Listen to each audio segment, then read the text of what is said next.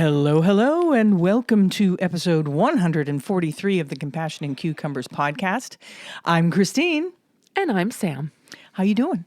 I'm great. How are you? I'm good. Today is our wedding anniversary. It is. So How many happy day we got years? married 12 years ago. 12? Yeah, It's 12 years ago. 12 years ago. Wow. Time flies. Hey, just like we were talking about last week, True. to how 12 years feels. Yeah. Feels like an eternity. It really I'm does. kidding. Oh, see, I wasn't arguing with you. Come on. No. I was teasing. No, it's a blink of an eye. Oh, no, you're absolutely right. I mean, just a blink of an especially given the fact that, that adorable 3-year-old flower girl that we had is now 15. Yeah, she's now in high school, so That's just nuts. it's a little crazy. A little crazy. Yeah. But happy anniversary, Pookie. Happy anniversary to you. Hey, we have an update on our 20 different fruits and veg challenge that we were doing, which wasn't really a challenge, but we were trying to keep track. Yeah. I don't know if you heard the last episode we were talking about.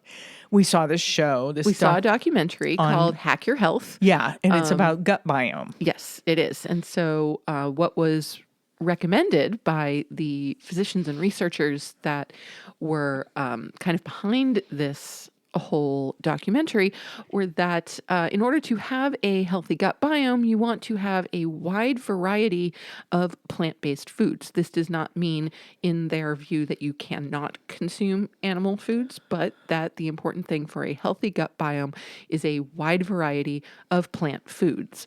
And so they suggested specifically eating at least 20 to 30 different fruits and vegetables every week. Every week. Yeah. So Sam, lover of lists over here. I do love lists. Has been keeping track. Now, we haven't changed the way we eat or anything. We're Nope. just being more aware of what it is we're eating. Yes. So fill us in on, first of all, tell me how many we got. Well, you got a grand total of 30, Go me. and I got a grand total of 34. And Sam got 34 because she went out to dinner one night. I did. And I also had some fruit one night that Christine did not. I did not have the fruit that night because I was too full from supper. There you go. Yeah. And so, just in case you're wondering, because Christine initially, when we started doing this, thought, wow, this is going to be tough to get 20 or 30 different vegetables. I really thought it was going to be challenging. Yeah. Well, it really wasn't. No. So, in the space of the last 7 days, these are the fruits and vegetables that we've had. I know you're on the edge of your seat. Right? Now, please note, I do understand that things like tomatoes, cucumbers, and avocados, they are in fact fruits, but because we tend to use them as vegetables in savory ways, I'm going to include them with the vegetables. But it doesn't matter because the whole thing is 20 to 30 fruits and vegetables. Correct. So, yes. yeah. So, in the past 7 days, we have had iceberg lettuce, spring mix, spinach, cucumbers, tomatoes, radishes, carrots, celery, asparagus, broccoli, zucchini, cauliflower, edamame, sugar snap peas, shelled sweet peas, arugula, clover sprouts, avocado, sweet potato, nori, daikon, bell pepper, yellow onion, green onion, garlic, cabbage, bean sprouts, Brussels sprouts, and those are the veg. And then toss in the fruits, strawberries, raspberries, blueberries, mango, pineapple, and cherries. Go us. Crazy, right? Yeah. And I really thought this was going to be a challenge, but really the only challenge is documenting it. Piece of cake. Yeah. Upside down. Yeah. Yeah. So easy. We eat a lot of veg. We do. Loads of vegetables. And in case you're curious, the vast majority of these vegetables and fruits were eaten raw. Yeah, because we like to do a big salad Yeah. of raw veg and then top it with roasted or cooked veg. Yes. And so we did have a few things. So like one night we had tacos and Christine made kind of the taco meat in quotations out of zucchini and cauliflower. And so she did it kind of in a riced I did. kind of way. I processed the cauliflower in the food processor until it was like a cauliflower rice. Yeah. Exactly. And so also with that meal, we had some sauteed bell peppers and onions. And then on one of our salads, we had some roasted Brussels sprouts. So we got some roasty veg going there. And then tonight for the recipe that we made, which we'll tell you about. Don't tell. I'm going to tell. Don't give it away. Oh, shush. Oh. It's not a big deal. We're just talking about cooking methods. So tonight we had some blanched asparagus and blanched sugar snap peas. Yeah, but we'll tell you later how we We had will. them. And then, of course, for me, the couple of things that Christine did not have that I did were the sweet potato and the nori. So I had those as part of a vegan sushi roll at a restaurant last week. Right. And Christine did not have that. And she also did not have mango or pineapple. No, I did not. No. But that's it. So yeah, outside of those few things, everything was raw. And most of those things were consumed more than once. Oh, yeah, definitely more than once. Yeah. Yeah. And I guess you don't consider tofu a vegetable, even though it comes from a vegetable. But because it's processed, Right. it's no longer considered a vegetable. But we also had tofu a number of times. Yes. I made a scramble. I did pan-seared, super firm Yep. on On one the of the salad salads last that we night. had. Yep. And so we're definitely, if anybody's worried about us getting protein, even though you can get all the protein you need from plants, if anybody's worried about the amount of protein we're eating, we're definitely getting protein. Well, there. and also what we're not including in here are nuts, seeds, legumes, and grains. Yeah, and So we this do is those on just fruit and salads. vegetables. Yeah. Yeah. So this week we would have had walnuts and sunflower seeds, pumpkin seeds, chickpeas. Like you said, we had tofu. Yeah. And then we had farro Yeah. this week. That might be it. I think that's it for grains. We Yeah. didn't do a lot of grain this week. And so those plant foods are on top of just the long list of fruit and veg. Yeah. Yeah. Anyway, it was interesting to discover that it is very easy to get 20 to 30 different kinds of fruits and vegetables into your diet. Yeah. So. And yesterday it was so much fun. We went grocery shopping together for the first time in a really long time. Yeah, I usually just do the shopping because Sam's working. So Right. But I mean, outside of like a vegan grocery store, Trader Joe's trip, we don't usually do a full on grocery shopping together. Yeah. And so we went up to Wegmans in Orchard Park yesterday and did the grocery shopping together, which was so much fun. And in the interest of the 20 to 30 fruits and vegetables, I was like running around the produce department, just picking up two of things. Right. 2 pears, 2 apples. 2 pears, 2 peaches, Yeah. 2 nectarines, just to make sure that we would have variety throughout the week. And that's, of course, on top of berries, which are my favorite berries, pineapple and mango. Sure. I mean, especially absolute this time of favorite. year. Yeah, Berry season. So. absolutely. But to get those other things in there as well. Yeah. Really cool. And, it's funny. Sam says, we had so much fun. We're at the grocery store. And Sam's like, this is so much fun. I'm like, we need to get out more. This is so much fun. That might be true. But it's like, I don't know. I guess you get used to like, you do the shopping. Yeah. And so you look for certain things. You buy certain things. It's true. And so you kind of buy the same things every time. Yeah, I kind of do. Yeah. And So it's good to have you there because then we're buying a bigger variety of things. Yeah, definitely. Yeah. Because, I'm picking up bok choy and, She goes off list. I do go off list. Yeah. Because it's fun. Yeah. So we got bok choy and we got green beans and we got Daikon. daikon and, all kinds of stuff that we wouldn't necessarily get on a regular basis. But I'm really excited about. I think just paying attention to diversity in terms of our fruits and vegetables, I think is really exciting. Because generally speaking, when it comes to anything dietary, I don't like tracking things. No. I don't do well with it. Having struggled with eating disorders in the past, keeping track of anything like calories or fat or protein or fiber, like anything. It's not good. It's not. It hits a part of my brain that is just not healthy. Yeah. And so it's not good to do that. But this, just making sure we get a really diverse range of fruits and vegetables every week, like that to me, that's fun. Yeah. Like that's really fun. And so like it's exciting to think of, ooh, we have all of these cool things in the fridge now. What can we do with them? It is fun. Yeah. And it kind of reminds me of when we first went vegan. A little bit, yeah. That we were, exploring different vegetables and different ways to use vegetables that we've always used. Mm-hmm. So, yeah, it is fun, even though that sounds kind of lame. I don't think it sounds That lame is at all. that one of the highlights of our week was going to the grocery store. I don't think But, that's lame. I'm sorry, I don't. No, it was a good time.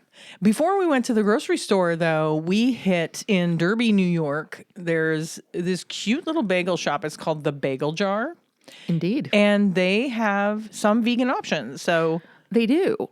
So we had heard about them a while back, and it turns out that the vast majority of their bagel flavors are vegan. There are only 3 that are not. And they also offer vegan butter and vegan cream cheese. And so we decided we would go up on our way to the grocery store and check them out. So finally we did. And what did you have? I had the same thing you had, but I had it on a delicious Rosemary and sea salt. rosemary sea salt bagel. And then on the bagel, I got their tofu cream cheese and a hash brown. hash brown patty. Thank you. And avocado mash. And some avocado mash. Yep. Yeah. And they were very, very busy, or I would have probably talked them into putting a bunch of other vegetables on there too. Yeah. But they were really busy, and I felt like, I didn't want people behind us. I was nervous about people behind us, which I know is stupid, but one thing I would recommend for the Bagel Jar is, since they do make non-vegan bagel sandwiches with all kinds of veg on them, make a specific vegan bagel sandwich on your menu that already has spinach, tomato. Just put it on there so people so you don't feel like you're a la carting everything, you know? I completely agree. It makes it quicker for people to order. It does. Vegans really appreciate it if you just put 1 or 2 complete items on your menu. Yeah. I mean, they've got a menu of 8 specialty bagel sandwiches. Yeah. And that's above and beyond kind of the build your own. Because you can start with just what they call the egg sandwich. So this is an egg, and then you can add toppings on top of that. Most of them are, of course, animal-based. Right. So we're looking at, cheese, cream cheese, bacon, sausage, ham, turkey. Right. So the only vegan options are the avocado mash, the tofu cream cheese, and the hash browns. But they do list on some of their other sandwiches that they have at least lettuce and tomato. So, I'm seeing red onions as well. So do the hash brown, lettuce, tomato, red onion, and some avocado mash. Yeah, it'd be great. Perfect. Yeah, and it just makes it a little bit easier for the vegans to order. Just make the sandwich. Call it the vegan, For whatever, sure. and just put everything that you have that is vegan on your menu onto a sandwich. Yeah, sounds good to me. Yeah. But we appreciate what they have. I'm just saying, absolutely. They should make it easier for people. It'd be nice. Yeah, it'd be great. it would be easier on them too. Yes. Then we're not standing there going, what vegetables do you have? You know what I mean? Yeah. Oh, sure. So Now, yes, we had the same sandwich, but different instead bagels. of the rosemary sea salt bagel, I had an everything bagel because that is my favorite bagel. And we also brought home half a dozen bagels. And so this morning, I made some pretty killer breakfast sandwiches with the everything bagels. yeah. So this morning, Sam made a sandwich that seriously, that any restaurant, you'd be happy if you got this sandwich. It was really good, I have to say. Tell me again what was on it. Okay, so we started with these wonderful bagel jar bagels. So that was a treat in and of itself. Yeah. And then we did a just egg fold. We did some Unreal bacon, which we tried for the first time. It's pretty good. It was really good. I Yeah. liked it a lot. I would put it up there with Upton's for me as favorite vegan bacon. Yeah, it was pretty good. And as we were saying a couple of weeks ago about meaty, about it being a very clean product, this Unreal bacon was as well. Yeah. There were there's butternut squash in It's all the Unreal vegetables. bacon. It was all vegetables. It's all vegetables. I love that companies are getting away from like the fillers and the pea Fillers and nothing oils against and- pea protein or anything like that, but the fact that people are, using mycelium and just vegetables, it's really cool. Yeah, it's really great. So we had just egg fold. We had Unreal bacon. We did do a slice of Violife smoked provolone cheese. And on top of that, I put some sliced tomato and some sprouts and a little bit of tofutti. Why'd you say it like that? I don't know. I had a little bit of a brain moment there or something. Tofutti. Yeah, so and a little bit of tofutti cream cheese. Yeah. And we were off to the races. It was really good. It was very good. It falls into the category what Sam calls the fit that in your face Fit sandwich. that in your face. Yeah. Yes. 'Cause you got to kind of unhinge your jaw A little bit. to get a bite of it, but Did I so mention good. sprouts? Did I You put did. Sprouts You on? mentioned Okay. sprouts. Just making sure Yeah. because sprouts are way important. Yeah. No, it was really good. And if you're not a fan of the Just Egg products, I know some people aren't, you could do the same exact sandwich with just a thin slice of tofu. Oh, yeah. Just sear off a thin slice of tofu, a little black salt if you want to make it eggy. It'd be the exact same sandwich. It would be just as good. Just as good. Yeah. The only thing that would have made this a little more decadent would have been, number one, because we do occasionally do this, a hash brown, Oh, yeah. and two, avocado. Yeah, but you got the cream cheese. Although that's what Exactly. we did yesterday at the bagel jar. We got did. their tofu cream cheese, which I think they blend. Yeah. I think they just blend a silken tofu or something. Maybe. I'm not sure. They just call it tofu cream cheese. So they don't call it tofuti or anything like No, that. no. And it didn't taste like tofuti has a taste. It does. And It it has a wasn't specific tofuti. taste. So anyway, I thought it was great the way it was. Yeah. It was pretty awesome. Yeah. I was very happy. Good sandwich. Mm-hmm. Hey, something we forgot to mention, and we'll be mentioning again in the near future when the episode airs, but we were recently interviewed by Matthew and Wes from the How I Vegan podcast. If you're not familiar with their podcast, please check them out. They are adorable. Yeah, they're great. First off, Oh my gosh. they're a great couple of guys. Their style is they do interview format, but they do really great banter between the two of them in their show. And we'll let you know when that episode is going to air. But in the meantime, please do check out How I Vegan podcast with Matthew and Wes because they're great guys. Oh, we had so much fun talking with yeah. them. And they live across the pond over in Europe. So do. anyway, they're over there. We're over here. It's true. We had a great time.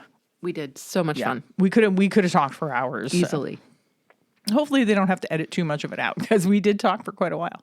Well, you know. Oh, another thing, we will be later this month at the Cleveland Veg Fest on June 22nd. We sure will. If you're in the Cleveland, Ohio area, I know we do have listeners in that area. Please come by the Cleveland Veg Fest and stop by our booth and say hey. Indeed. And we're in that time of year. If you stop by our booth and you say I'm a pickle from the podcast, you get a free sticker Indeed, you do. and a hug, possibly if you're down. That's right. If you're a hug type person. Yeah, if you're down Yes. for that. Yeah. You want to talk about our recipe? Yeah. Let's talk about the recipe. Okay. Well, here's this week's Vegan Cookbook Challenge recipe of the week.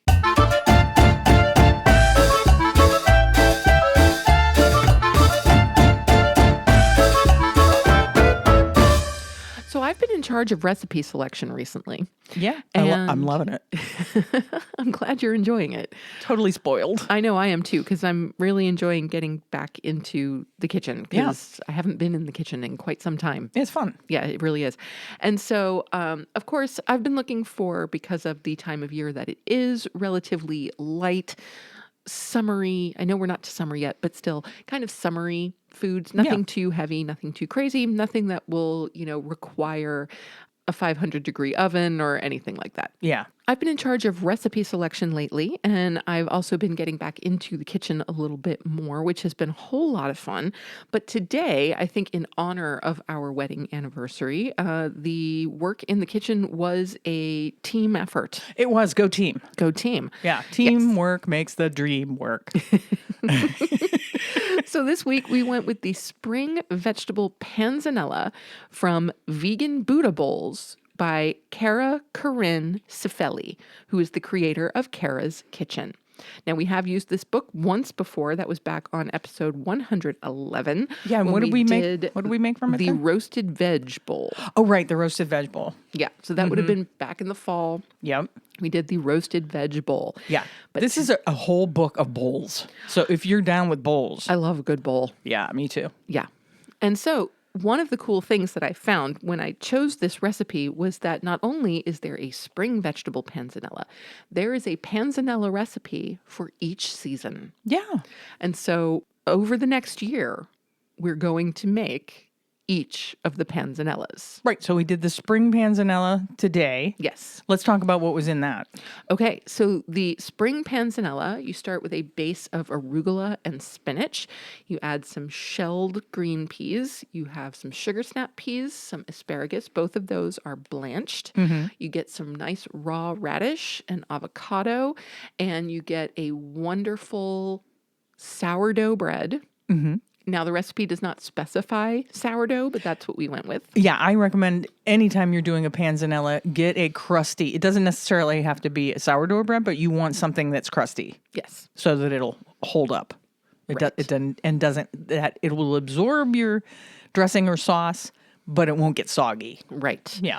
And so, of course, this lovely sourdough bread, which we cubed and toasted in the oven. And then topping all of this wondrous vegetation, we...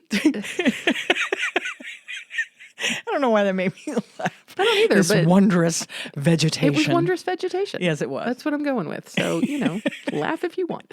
I will. But we made a beautiful pesto. Now, the original recipe called for pine nuts and avocado oil. We were unable to come by either pine nuts or avocado oil in our shopping yesterday. For some reason, Wegmans was out of avocado oil, which, you know what? They just use avocado oil to be fancy. Really, because avocado oil has no flavor. And if you're making a pesto, I think olive oil is actually a better oil choice because it imparts a little more green flavor, Yeah, I can see that. Because olive oil tastes green, Yeah. if that makes any sense. Yeah. But so we built this pesto instead with walnuts and olive oil. Yeah. And in addition to that, we had fresh basil, fresh parsley, fresh mint, The mint. and lemon juice. With that addition of the mint and the lemon totally Amazing. brightens this pesto. If you're making a pesto at home, just do that. Add a little bunch of chopped up mint and some lemon juice, and it just brightens it up it's so amazing. much. Yeah. It Was amazing. Perfect addition. And so, of course, this pesto went into a ginormous salad bowl with, ginormous. indeed, with all of the glorious vegetation, and mixed it all together. You let it sit for about, she says at least 10 minutes. We let it sit for about a half an hour. Yeah. So the flavors could kind of marry and the bread could soak up some of the pesto. You want the bread to soak up some of that pesto flavor. So, Exactly. yeah. And then we ate, and it was beautiful. It was delicious. I don't think I would change a thing. Nope, me either. Perfect. Yeah. It was a perfect recipe. The funny thing is because I am always thinking whenever we're making something that is salad based, and this really is a salad. Yeah, it's a panzanella salad. Yes. But I always want to add more veg. Oh, Sam always wants to add every vegetable in the refrigerator. Which is why I have no trouble getting to 34 vegetables in a week. Right. So, yeah, I'm like, nope, stick to the recipe if you want to make it again and add other vegetables because, like, it would be good with some raw broccoli or whatever, broccoli or broccolini, I think actually the green beans would have been just fine. Yeah, but I said stick to the recipe. You did. This didn't call for green beans. It didn't. And, I put cucumber in everything. So, hey, cucumber would have been nice as well. Yeah, I mean, like a standard panzanella has cucumber. So, yeah. But I like this. This is not your standard panzanella. No. This was definitely, I would call it elevated. Yeah. To be It's completely elevated honest. and super springy. Thus Super springy. the name. So fresh. Spring so panzanella. green. Yeah. Like, I was amazed. Like I said, it's relatively recently that I've been getting back into the kitchen. And so, blanching the asparagus and blanching the sugar snap peas, like when I got the sugar snap peas out of the ice water after they'd been boiled, flash boiled and then flash frozen essentially, or flash cooled. Yeah, you shock them. Yeah. To stop the cooking process. Yeah. Right. So I'm taking them out of the ice water and I'm like, wow, does blanching just make everything super bright green? It does. And it releases whatever the photosynthetic those chemicals. It yeah. releases those chemicals, and vegetables will turn. Green vegetables. That is will turn this amazing bright green. Yeah, unbelievably beautifully green. So the whole salad, with the exception of the radish poking out. Yeah. And the bread. Was right. Green. It was just green upon green upon green, and it was wonderful. Really good. Yeah. So I would definitely make this again. I'm Yeah. sure I will make this again. And honestly, even though I do like to add extra veg to everything, I also would not change a thing. No, I think it's it was kind of perfect. I think it was a perfect combination of vegetables, and I wouldn't change anything either. Yeah, it was beautiful. Yeah. So that was the spring vegetable panzanella from Vegan Buddha Bowls by Kara Corinne Safelli. And if you want to get Kara's book, we will put a link to it in our show notes so you can get yourself a copy and make one of these panzanellas for yourself. Yeah, highly recommend. Yeah. Yeah. And the thing is, like, I could just go through this book every week and pick a bowl. Yeah, because we love bowls. We do love bowls. Yeah. Bowls are awesome, and she's got all kinds of recipes. And yes, some of them are soups. And yes, some of them are breakfast recipes. Lots of salads. There's some noodle kind of bowls. There's grain bowls, like you name it. I just landed on one that's called Kiss Kiss Couscous. That's cute. Which sounds like fun. Kiss, kiss, couscous. Kiss Kiss Couscous. So, yeah. So highly recommend. This is really a wonderful book. Yeah, it's a great book.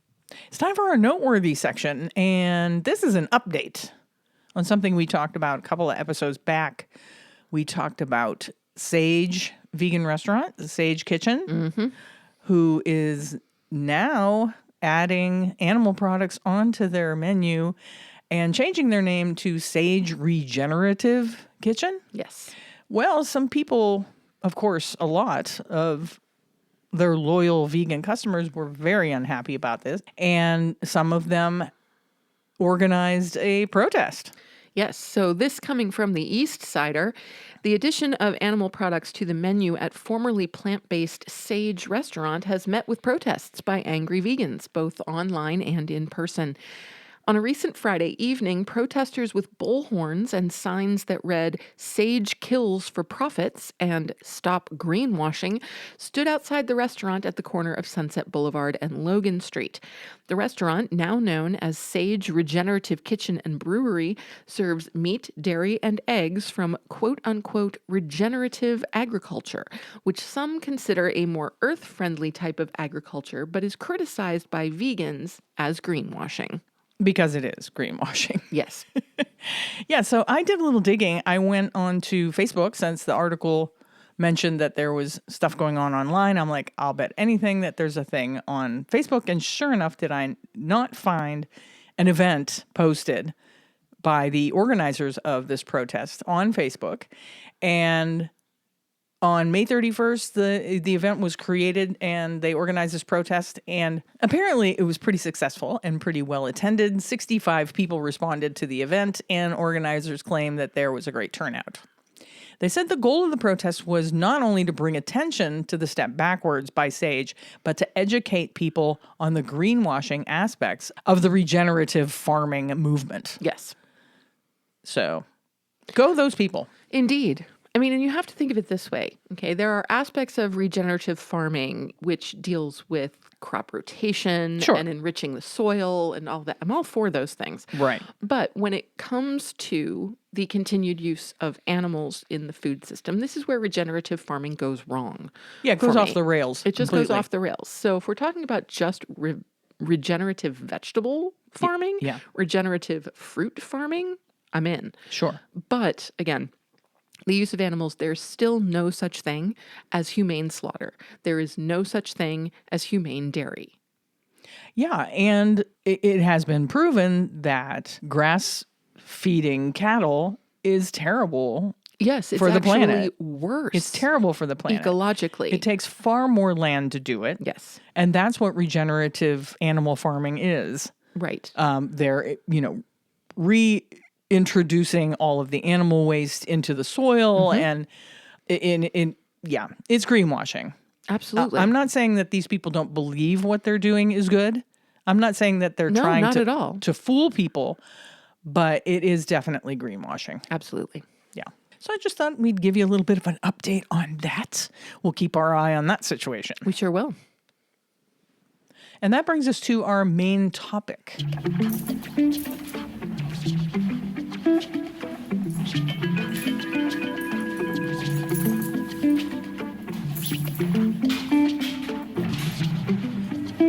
And this week's main topic, we're asking the question, is veganism dying?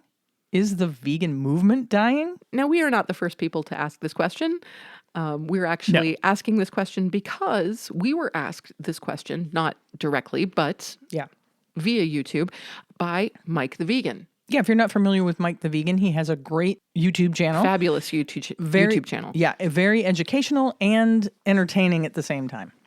So anyway, in a recent video, this was a video that was published about 2 weeks ago, Mike the Vegan responds to a tweet from a carnivore that claims that while veganism was cool between 2010 and 2024, it is now dying off. Yeah. Yeah, it was cool. That's exactly what the tweet said. Yes. Veganism was cool between 2010 and 24. And it's now dying off. Yeah. So Mike spends the entirety of this video refuting the idea that veganism is dying. Yes. In a very logical way. Absolutely. So he just went to Google Trends to see what is actually happening on people's search engines, what they are looking for. Right. And so, according to Google Trends, the search term vegan is still dominating any searches for carnivorous or keto or any other kind of animal-based diet. Yeah. And the searches are twice as many now in 2024 as it was getting in 2010.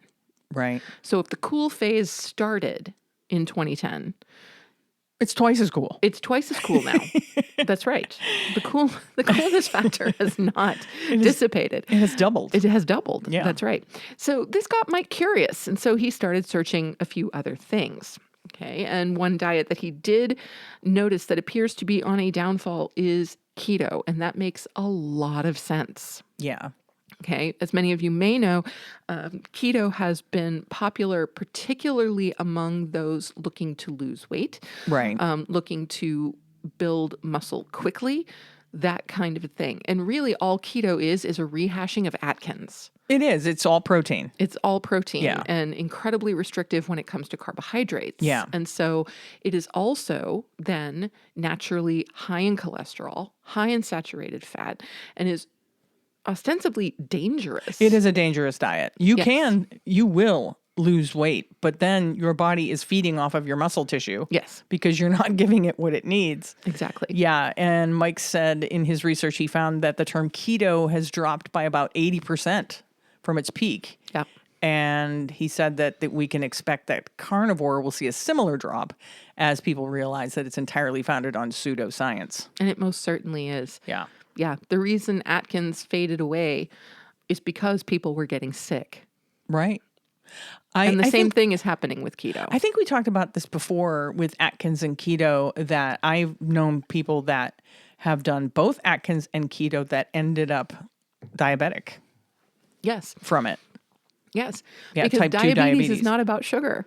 Yeah. Diabetes is about fat. Animal fat. Animal fat getting Yeah. into muscle tissue so that that tissue can no longer absorb the sugar that it's supposed to absorb. And so Right. the sugar gets stuck in the bloodstream. And that's why you get high blood sugar. And then you have a problem with sugar That's right. after you are diagnosed with Once you've clogged your type 2 muscles diabetes. with animal fat, Yeah. then you have a problem with sugar. Yeah. Yeah. So, but the initial causation of diabetes has nothing to do with sugar. It's all about animal fat. Yeah. So then Mike wanted to look into another thing. Has the total interest in eating at vegan restaurants or eating vegan food gone down over the years? What did the Google Trends show there? Well, the Google Trends shows that searches for vegan restaurants are holding strong. Now, like any restaurant, or I'm imagining like searches for any restaurants during the pandemic, there was a drastic dip because nobody was going out. Yeah, nobody could go to a restaurant. weren't so supposed why to be are going they to a searching for restaurant. them? Right. Exactly. So, but as with other restaurants, as with omnivore restaurants, searches for vegan restaurants have rebounded. And so while they may not have 100% returned to pre-pandemic levels, the idea that interest in vegan dining is dead is ridiculous. Yeah, and I would agree with Mike that this is a better way, a better metric of deciding, is the vegan movement growing or shrinking? Oh, yeah. Because these are actual trends of actual people searching for things on Google, right? Yes. So it's definitely a better metric of the actual vegan population than, say, overall Google searches, like for how many vegans are there in the Right. world, right? Sure. Because Yeah. it represents the amount of people looking to eat food somewhere on any given day, as opposed to just an overall societal interest in the topic of veganism, Right. Exactly. right? Yes. 100%. Now, there are economic considerations when we're looking at the health of the vegan movement as well. Sure. Products come, products go. They just do. So you may have seen that the vegan section in your local supermarket was a little bit bigger last year than it is. It does seem that way. Yeah. Although I have to say, the shopping we did yesterday, I mean, there's a pretty substantial plant-based component Yeah. to the Wegmans that we And went I think to. there are a lot of new products coming out. Yeah, there are. Yeah. There really While are. there might not be as large of an area devoted to plant-based eating, and I'm not even sure if that's true, there seems to be a lot more new, innovative plant-based products coming Right. out that are less processed and more focused on just getting vegetables into your diet, Yeah, and there are a couple of reasons that the vegan section may seem a little bit smaller than it used to be. The first is the larger economic picture. So you get gold rush companies that were coming out like Beyond Meat and Impossible and Yeah. Olay, and they were promising massive sales of these new products, these incredibly innovative products. Right. And so they were offering stock that was overvalued, and people thought that they'd just be making a quick buck off of it. Buy it now, it'll shoot through the roof, sell it off. Right. And so after that initial IPO, the stocks have settled into a more realistic Right. place. So that's one thing. Another thing is that not all vegan products succeed. And Yeah. some of them, honestly, I'm not sure we want to. Right. Do we really want to be supporting a large meat producer like Tyson Yeah. when they create a vegan alternative? Because they're not changing their business practices. Not at they're all. Not killing fewer chickens. They're just hopping on the bandwagon. They're hopping on the bandwagon, trying to squeeze some money out of vegans by introducing initially cheap plant-based products. Because, of course, given that they are a large operation, their They can do that. production costs are going to be less than a startup. But then once the product has taken hold, they ratchet up the price as a specialty item. Yeah. And so that makes the vegan alternative more expensive than the animal product it's meant to replace. Right. Which is not what we want. No. And so some companies and the investment community kind of jumped the gun on how many people were actually going to be buying these products. It seems that way. Yes. Yeah. Now, also, I'd like to suggest, because more and more often when I go into a grocery store, I notice that vegan products are being placed next to the animal-based products that they are replacing. I just read that Lidl is now doing that. Yes. They're putting all of the vegan products next to the animal counterpart Yes. in the store So instead people of can sequestering them to, a plant-based section. Yes, so people can look at the side-by-side comparison. Yeah. Because we've talked before about how there is a perception that vegan food is necessarily more expensive than animal-based food, and it's just not true. Yeah. In most cases, it's not. In most cases, it's not. There are instances in which it is, yes, but it's not the norm. Not across the board, no.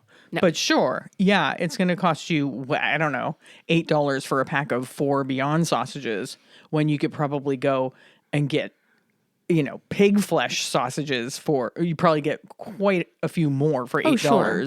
Yeah, probably. Yeah. But that's just because of the inordinate amount of pigs that are slaughtered on a daily basis. Right. And also, I mean, you need to think about this as well. Like, is it really necessary to replace every animal product that you are consuming now with a 1-to-1?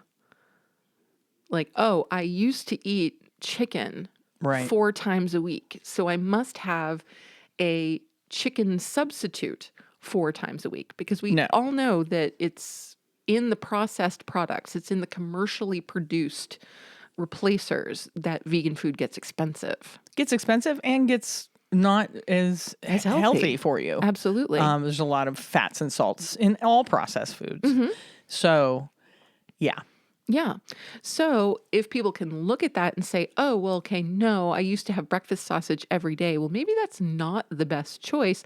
And maybe I can do that breakfast sausage once a week or once every other week or, and that also would cut down on the cost. But if you are looking at doing a 1-to-1 replacement for every animal you were consuming, That would get expensive. quickly. Yeah. Yeah. Yeah. And while we love to see these products on the shelf, love to see that there's an option for people to not consume animals, they should be considered kind of like a gateway product, right? Yeah. A way for you to ease away from animal products Absolutely. and change your way of eating completely. Yeah. To the point where you are eating just whole foods. Right. So, I mean, for us, when we first started as vegans, yeah, we were really curious to try all of the replacers. Sure. And, we went a little bonkers with that. yeah, right at and the we will beginning. still, if we see a new product, we'll pick it up and go, well, let's take this home and try it. So, Like the Unreal Bacon. yeah, so we can tell people what we think of it because we know there are people not only that listen to our show, but out in the world that are new to veganism and are looking for new ways to eat some of the things that they're familiar with. Yeah. So, Yeah. yeah, But- we like to try those products so we can tell you, are they good or not? you know? Right. But they're not a regular part of what we eat. No.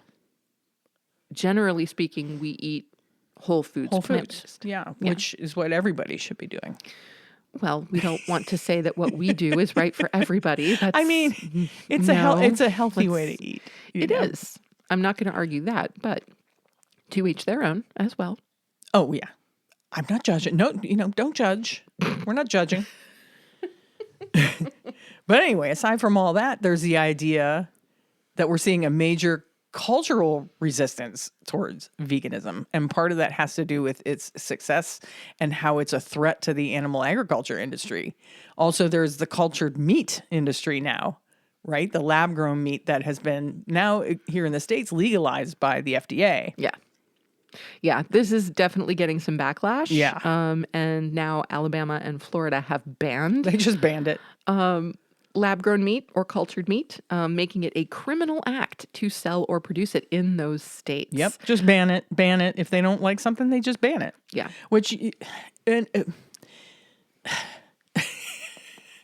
it's left me speechless. But Mike in his videos was also speechless at this. He's like, so where is the free trade, right? Well, right. I Where mean, because is you free- think about it, it's Where is the free market here? It's Republican lawmakers who are Yeah. at the forefront. No, don't get me wrong. The Democrats are not much better. Yeah. But it's the Republican lawmakers at the forefront of this. Sure. And so that's why you're seeing it in places like Florida and Alabama. But supposedly Republicans are all for the free market. Yeah, but unless it harms the markets that are feeding their coffers, Exactly. right? Yes. So, yeah, I mean, come on. We all know Governor Ron DeSantis is not the greatest guy in the world. And he's quoted as saying, take your fake lab-grown meat elsewhere. Florida's fighting back against the global elite's plan to force the world to eat meat grown in a petri dish or bugs to achieve their authoritarian goals. Wow. Hello, pot. Hello, kettle. This is pot. You're black. That kind of a thing. The authoritarian thing in Yeah. particular, that does make me And chuckle. the global elites, okay. Like Mike said, he cites the global elites when the meat industry is worth $1 trillion globally. Yeah, it's insane. Yeah. Absolutely insane. Yeah. And lab grown meat growers are the global elite.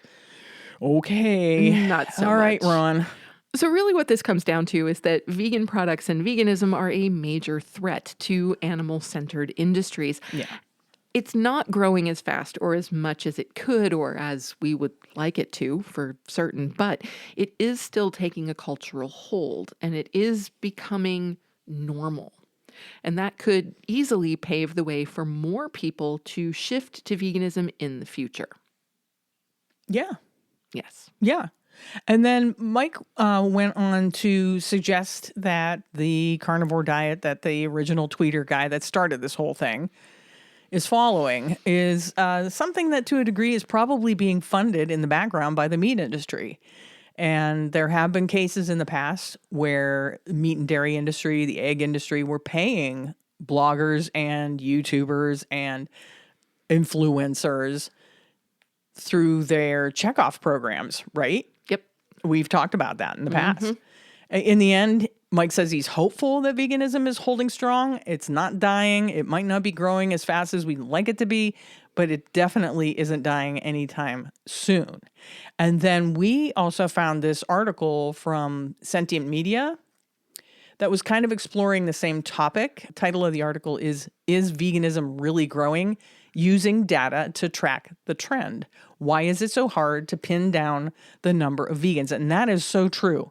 You'll hear vegans are 1% of the population, 3% of the population, 4% of the population. What is it? And then the next year it'll go back down to 1. It's like, come on. Yeah. What is it? But according to Sentient Media, a 2023 survey concluded that around 4% of Americans are vegan. A different poll from the same year pegged the share of U.S. vegans at just 1%. Yeah, like I was saying. So, I mean, It's crazy. but, 3%, when you're talking about an election, 3% is within the margin. So, Yeah. According to government estimates, the U.S. population in 2023 was roughly 336 million. That would mean that the absolute number of vegans in the country is somewhere between 3.3 million, if the second poll is to be believed, and 13.2 million, if the first one is accurate. My guess is that it's probably somewhere in the middle. Probably, right? It's always somewhere in the middle. Yes. Let's just take the median, right? Yes. And the numbers are similar in Europe. Vegan rates in the UK remain steady between 2 and 3%, and an estimated 2.4% of Italians maintain vegan diets, while in Germany, around 3% of people between the ages of 18 and 64 are vegans. And so with all of this scientific reasoning to figure out what percentage of the world's population are vegan, I really think that Mike's got it down by tracking Google Trends. I think that is a far more valid way. Granted, it's not a peer-studied scientific study, right? Right. It's not peer-reviewed or anything like that. But it is real information, real statistics, real-time statistics. Yeah. And the rates of veganism vary by age, by economic background, by political affiliation. So, for example, around 5% of millennials and Gen Zers keep vegan diets, compared to 2% of the Gen Xers and just 1% of baby boomers. Yeah. A different poll, which comes from YPulse, put the share of millennial vegans slightly higher than that of Gen Z at 8%. That's significant. Yeah. But that's polling data. I don't know if I trust polling data. No, we're just tossing it out there as Yeah. these are some of the numbers that we're seeing. I'm Sure. not saying this is absolute fact. Yeah. No. Okay. Another thing you can often hear is that about 80% of vegans are women. This is probably an overstatement, but most studies do suggest that there are more vegan women than vegan men. There is also evidence that self-identified liberals are more likely to be vegan than self-identified conservatives. Yeah, I can see that. Now, here's an interesting one. According to a 2023 Gallup poll, people who make under $50,000 a year are 3 times more likely to be vegan than those who make more than that. Interesting. Which is really interesting given the fact that veganism is so often associated with a certain degree of wealth. Right. That you have to be wealthy in order to be vegan. Right. Yeah. Yeah. Which is just not true. So I find that statistic to be particularly interesting. Mm-hmm. And as far as our original tweeter guy saying that, it was cool, what, 2010 to 2024? Is that what he said? 2010 to 2024. Yeah. Yes. Between 2017 and 2023, U.S. retail sales of plant-based foods jumped from 3.9 billion to 8.1 billion. So people are buying the food. Yes. We're assuming they're eating it, right? And then between 2019 and 2023, estimated worldwide retail sales of plant-based foods increased from 21.6 billion to 29 billion. That's a significant increase. Yeah, I would say that the cool factor is being increased here, right? Yeah. Now, we can't say for sure that all of those people who are buying vegan products are, in fact, fully vegan. No. These may be reducitarians. Sure. These may be vegetarians. Sure. Who knows? It's all good. If we're making our way towards a more plant-based world, rock on. Yeah, and apparently Gen Z, who has a reputation for being environmentally conscious, thank you, Gen Z.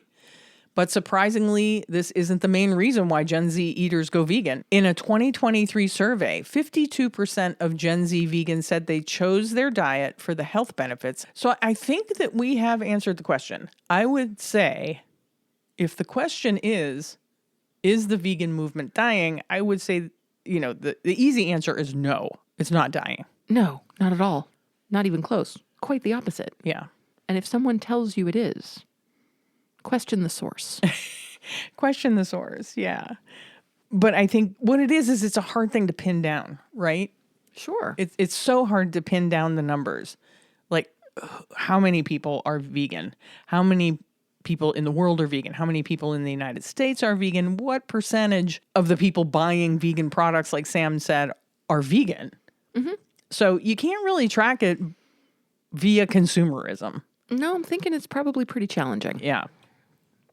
We may never know what percentage of the world is vegan. We may not. And I'm convinced that most of the polls, studies, and all that are way lower than what the actual number is.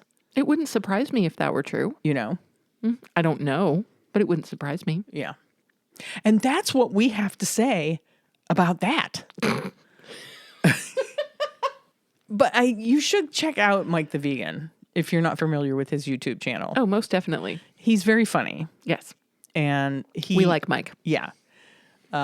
He will give you some really, really great information while completely entertaining you the whole time. Mm-hmm. Yes. And that's Mike, M-I-C, the vegan. Right. Just to make sure you know. Just so you know.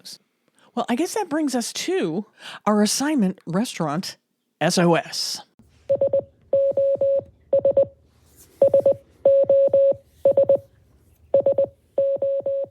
This week, we are taking a look at Vegan Van in Denver, Colorado. Julie Ivy submitted Vegan Van, located at 3900 Elati Street, Denver, Colorado, at Assembly Market. Vegan Van offers breakfast, lunch, and dinner. They are open Tuesday through Saturday from 9 a.m. to 8 p.m. and Sunday from 9 a.m. to 7 p.m.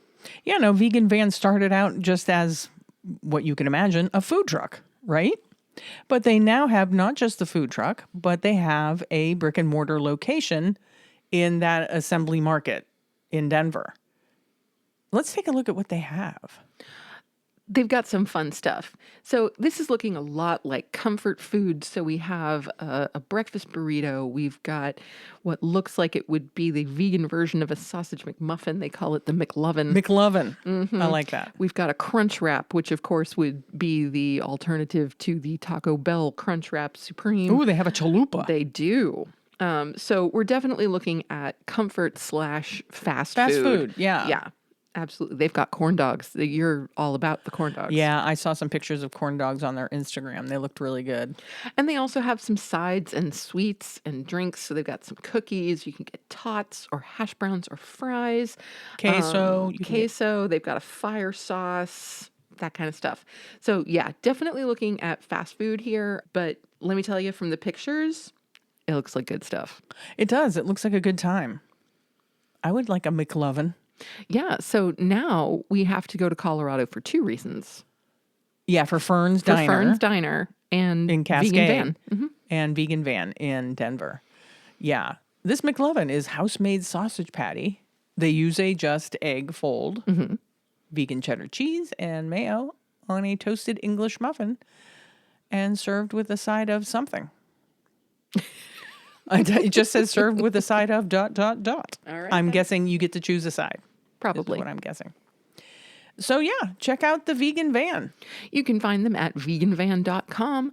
And Julie, we want to thank you for your submission. And to everyone, if you're in the Denver area, please get out there and support Vegan Van. Yep. And now it's time for our favorite portion of the show. Must be listener shout out time. It's listener shout out. Just want to give a shout out to all my fans watching. I love you guys. I love you. This week's listener shout out goes to Janet Bennett. Janet is a vegan in the Western New York area. She's very active on our Facebook posts, and we love that. So thanks for listening, Janet. Yes, and thank you for commenting and sharing and being active on our social medias. And please send us your t-shirt size and address so that we can send you a Compassionate Cucumbers swag bag. You can either text us that information. Don't forget to include your name because it won't tell us who you are. You can text it using the link in our show notes. You can email us at compassionatecucumbers@gmail.com. Or, of course, you can contact us on any of our socials by DMing us or private messaging us on Facebook. And for the rest of you out there, if you want a listener shout out, please text, email, or DM us. Let us know what you think of the show and tell us a little bit about yourself. Don't forget, a shout out enters you into our Meeson Chef Knife giveaway, which will be happening later this year. Indubitably, we have a vegan org of the week this week. We sure do. This week, we are celebrating the Fruit Tree Planting Foundation. Right? I love this. I do too. This is fantastic. It's amazing that there is a foundation that solely focuses on planting fruit trees. Yes. Fabulous. Each year, the Fruit Tree Planting Foundation coordinates on average 100 orchard events and donates more than 40,000 fruit trees worldwide, along with training and other resources needed to ensure tree survival. Past accomplishments include a decade-long program of creating sustainability for families in El Salvador, Guatemala, and Honduras, where some households are reporting that their entire incomes are generated from FTPF trees. Creating a source of life-saving nutrition in orchards for food pantries and schools in underserved communities across the U.S., helping to plant native trees in villages of the Peruvian Amazon to provide harvest opportunities for generations, growing, planting, and distributing hundreds of thousands of high-value fruit trees to households within the Busoga Kingdom of Uganda, garnering recognition for the program from the federal government and the kingdom. FTPF programs involve more than just trees and include on-site environmental curriculum for students, workshops and training for orchard caretakers, and aftercare resources such as irrigation and tree protection to ensure survival. Not to mention all the smiles, high fives, and tears of joy that are part of so many events. If you would like to learn more, you can go to ftpf.org/about. This is a fabulous organization. Yes. And I just love, I like it when an organization finds their lane and stays and with just it. does great work in that lane. Does that thing. Yeah. Like pick a thing and do that thing really freaking well. And it sounds to me like that is exactly what FTPF is doing. Yeah. And if you're interested in like having more fruit trees planted, say, in your neighborhoods, in our yard? Not in our yard, no, so to speak, but I would reach out to this organization and find out how can you urge your local government to perhaps plant fruit trees in the public spaces between sidewalks and roads and things like this, right? Yeah. Because how great would it be if there's unhoused people in your community, if they could walk down the street and pick a pear or a plum or an apple and get some sustenance for the day instead of having to panhandle or whatever for a sandwich. Be amazing. Right? Yep. I just think it's a wonderful organization and the world needs more trees, and why not make them all fruit-bearing trees? Hello. Yeah. I'm with you. And with that, I think we'll wrap this baby up. We'll ask you to please join the Agriculture Fairness Alliance's Vegan Voter Hub. We always put that link in the show notes. Click that little link and join the Vegan Voter Hub. If you could, subscribe to our show on your favorite podcast app. And don't forget to subscribe to our YouTube and leave us a rating and a review. Also, we got this text thing. So text us. Text us show ideas, recipes, cookbook recommendations. Text us just to say hi, but text us. And don't forget to include your name when you do. Because it won't tell us who you are. It won't. It just shows like a little number. And then I'm like, who's this person? And then I have to do all kinds of detective work, which I don't mind. But anyway, I'm rambling. You are. I think it's time to sign off. Yeah, that would be time to sign off. You have just listened to episode 143 of the Compassion and Cucumbers podcast, and there's nothing left to say, but where cukes and compassion are always the fashion on the podcast. Thanks, James. Have a great week, everyone. We'll talk to you next Tuesday. We love you. We do. We really do. We really do. Bye-bye. The end.